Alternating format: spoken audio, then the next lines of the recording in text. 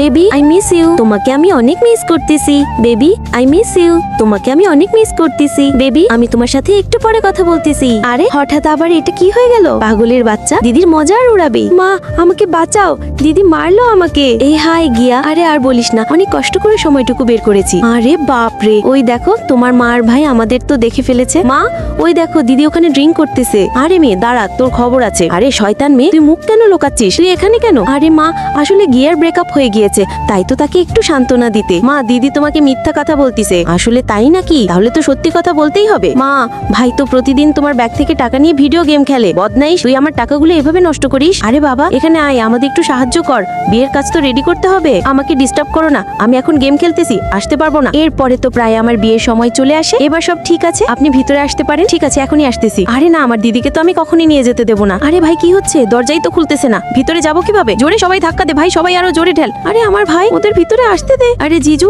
আমার ছোট ভাইয়ের কাছে আপনি পারতেছেন না?